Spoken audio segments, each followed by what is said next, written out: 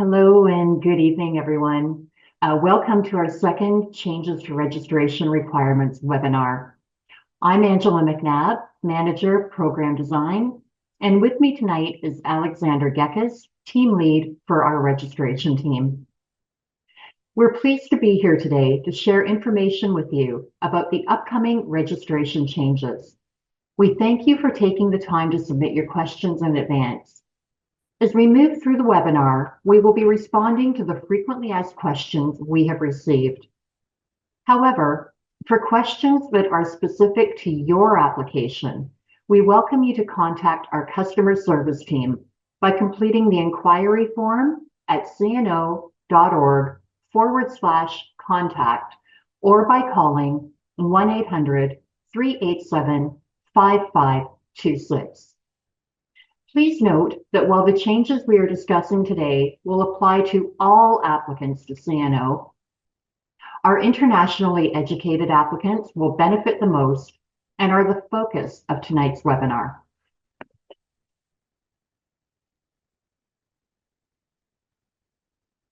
We would like to begin our session today by sharing with you a land acknowledgement. The College of Nurses of Ontario, or CNO, operates on the traditional, ancestral, and unceded territories of many Indigenous communities across Ontario, which continue to be home to our Indigenous people. CNO's office is in Toronto, on land that is the traditional territory of many nations, including the Mississaugas of the Credit, the Anishinaabe, the Chippewa, the Haudenosaunee, and the Wendat people. While we are meeting today in a virtual platform, I'd like to invite each of you to reflect on the lands where you are located and acknowledge the Indigenous people who call that area home.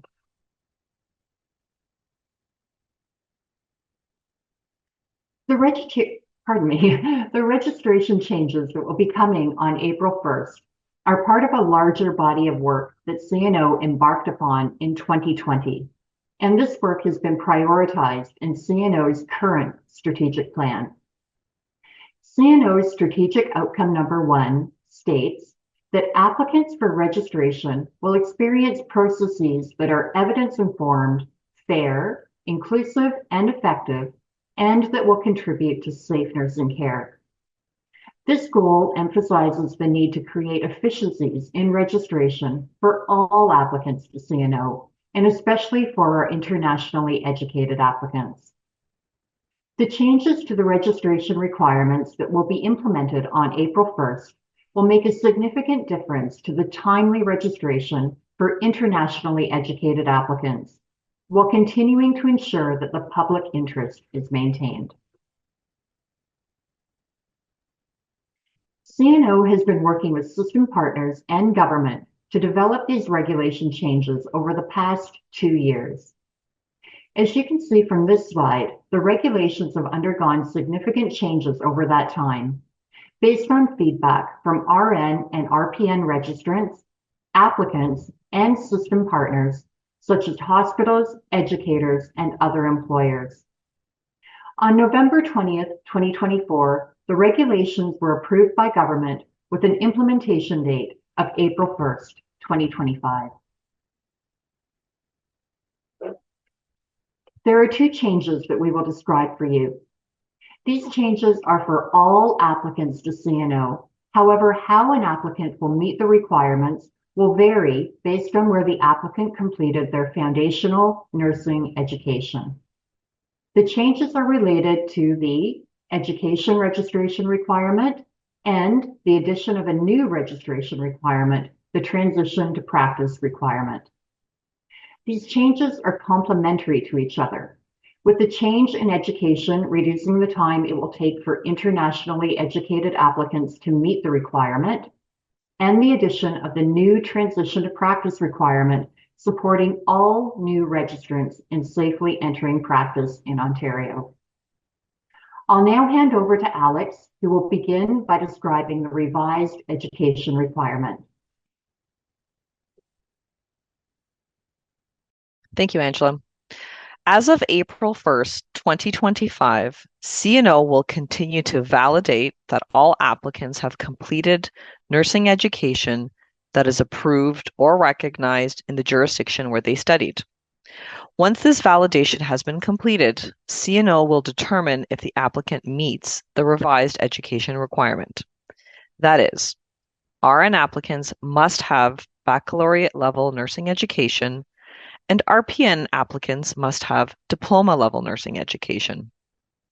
Applicants who do not meet these minimum credentials will have their education programs assessed to determine if they are substantially equivalent to entry-level Ontario programs.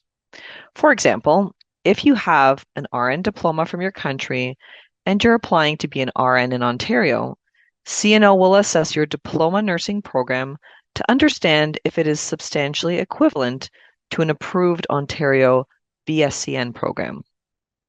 If your program meets this measure, then you will meet the education registration requirement. For those who do not meet this measure, options will be provided to meet the requirement. These options include completing an approved education pathway, participating in an OSCE, or completing a competency assessment supplement, or a CAS. It is important to note that graduates from Canadian approved entry-level programs will continue to meet the education requirement in the same way they do today. There is no impact on graduates of Canadian programs following April 1st. Angela and I will move on to discussing frequently asked questions about the changes to the education requirement. Thank you, Alex. Our first question is regarding whether applicants who have already had indication from CNO that they meet the current education requirement, if this change will impact their registration requirements that have already been completed. That is a common concern that we have heard. I want to assure applicants that if CNO has already confirmed that you meet a requirement, this will not change on April 1st. To put this another way, the registration requirements in your applicant portal that show as met will not be reassessed for April 1st. This change will only impact current applicants whose education requirement is not yet met. Great. And Alex, some of our applicants who have not yet met the education requirement think that they will meet the new credential on April 1st. For example, this might be a current RN applicant who has a nursing baccalaureate. Applicants are very interested in what they should do between now and April 1st. Thanks, Angela. Yes, this is a very reasonable question. How the applicant chooses to proceed is up to the applicant. CNO cannot tell an applicant what they should do. CNO's best advice is to carefully review the information on cno.org about the new requirements and consider if you believe that you will meet the new credentials. If you believe you will meet the new credentials, you may wish to simply pause any additional education you are currently involved in, pending confirmation on April 1st about your education requirement. Or you may wish to continue on your additional education journey. Many applicants find the current gap filler education to be very beneficial. While it may no longer be required to meet the education registration requirement, from a continuing competence perspective, the applicant may find value in continuing. This is up to you. On April 1st, when you log into your applicant portal, the requirements will reflect your current status. If your current education requirement is met, you will become exam eligible. If you do not meet the new education requirement, this will be reflected on the portal. And Alex, this next question is really the other side of the question you've just answered. What should I do if I don't think I will meet the new education requirement? For example, what if I'm an RPN applicant with a certificate? Thanks, Angela. We know that most of our applicants will meet the new education requirement, but there will be some who will not. The example you provided is one, or it may be an RN applicant with a diploma. Between now and April 1st, these applicants have a few options. However, as previously mentioned, it is the applicant's choice about how to proceed. Applicants who will not meet the new requirements as of April 1st will already have been provided with information about how to complete the education requirement.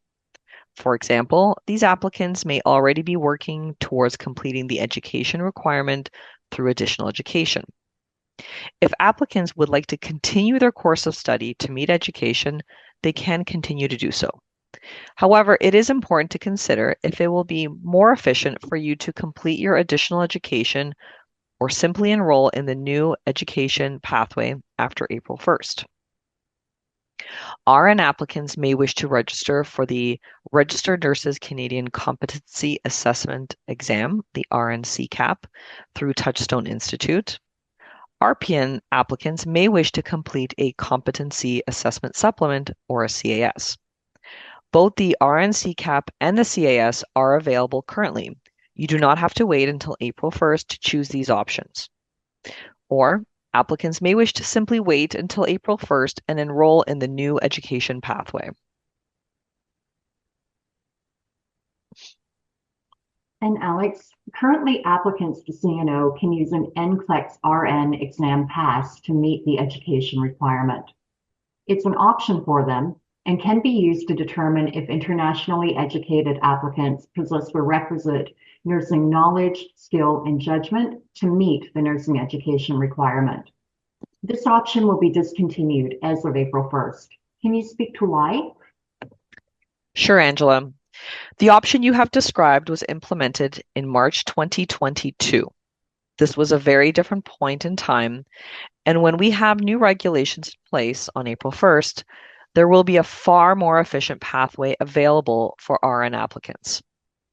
While the NCLEX option met a need to assist applicants who were experiencing delays in meeting the education requirement to move forward more efficiently while maintaining the public interest, with the new regulation changes, this option is no longer required. If you are interested in using an NCLEX RN pass as an evaluation method towards meeting the current education equivalency requirement, you must pass by March 31st, 2025. There is no change to the registration exam requirement, though. RN applicants must still pass the NCLEX RN.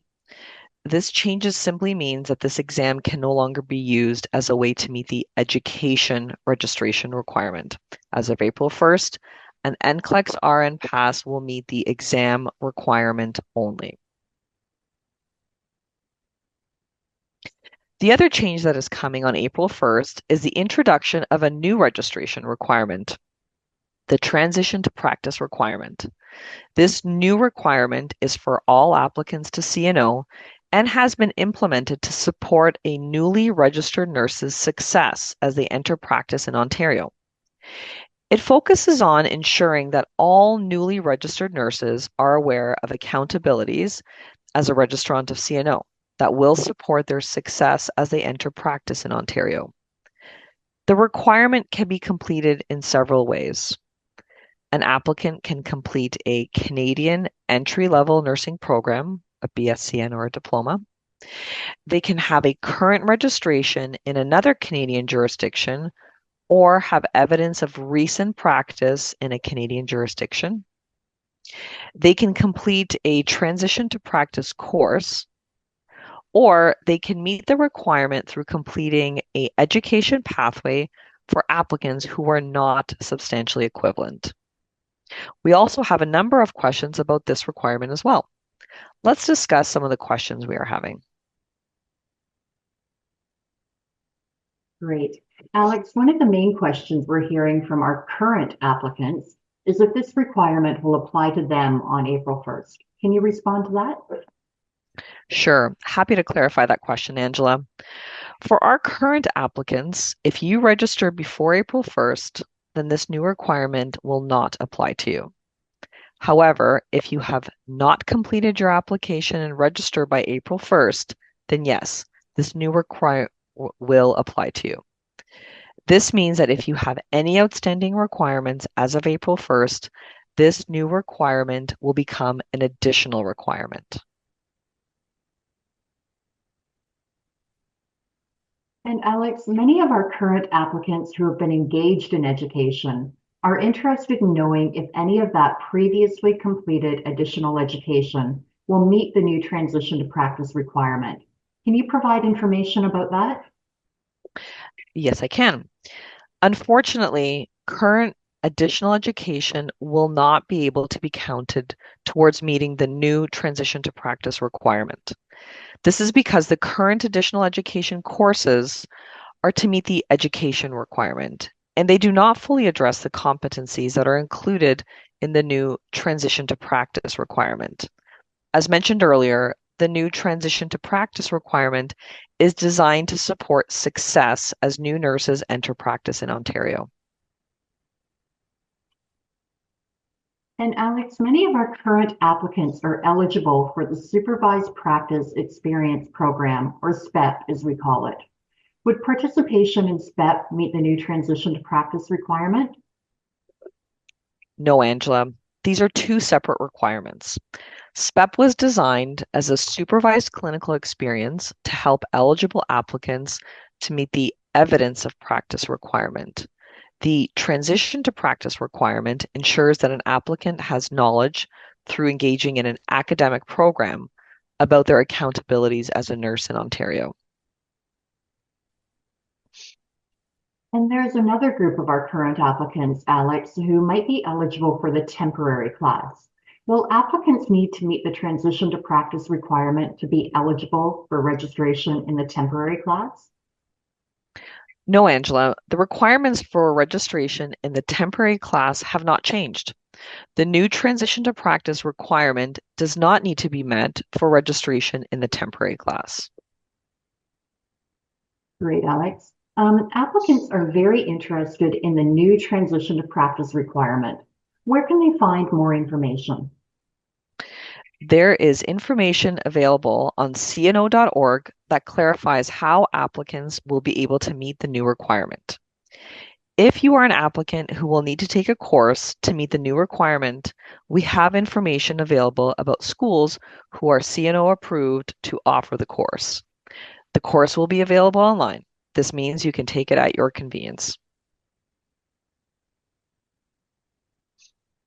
Great, Alex. Our final frequently asked question for tonight is one that we also hear quite often, and that's whether the changes coming on April 1st will have any impact on the other registration requirements. Can you speak to that? Sure, Angela. I have heard that question too. The answer is no. There is no impact on any of the other registration requirements. The graphics on this slide show all the registration requirements that must be completed to attain registration, including the new transition to practice requirement. Information about all of these registration requirements can be found on cno.org under Become a Nurse. Thank you, Alex. To summarize our content from today, we want to wrap up by sharing with you what the future journey of an applicant to CNO will look like. I will start with the journey for applicants who will meet the new education requirement as of April 1st. For applicants who will meet the new education requirement, CNO will validate the foundational education. Once validated as approved or recognized in the jurisdiction where the applicant studied, and that the applicant's education prepared them for the category to which they are applying, the applicant will become exam eligible. Once the applicant writes and passes the registration exam and completes all registration requirements, including the new transition to practice requirement, they will become registration eligible.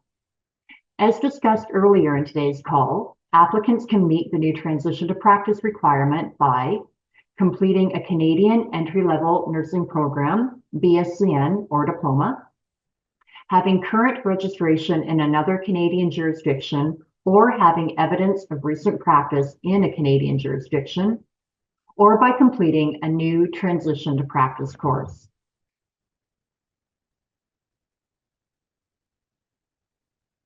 For applicants who will not meet the new education requirement, there will be some additional steps.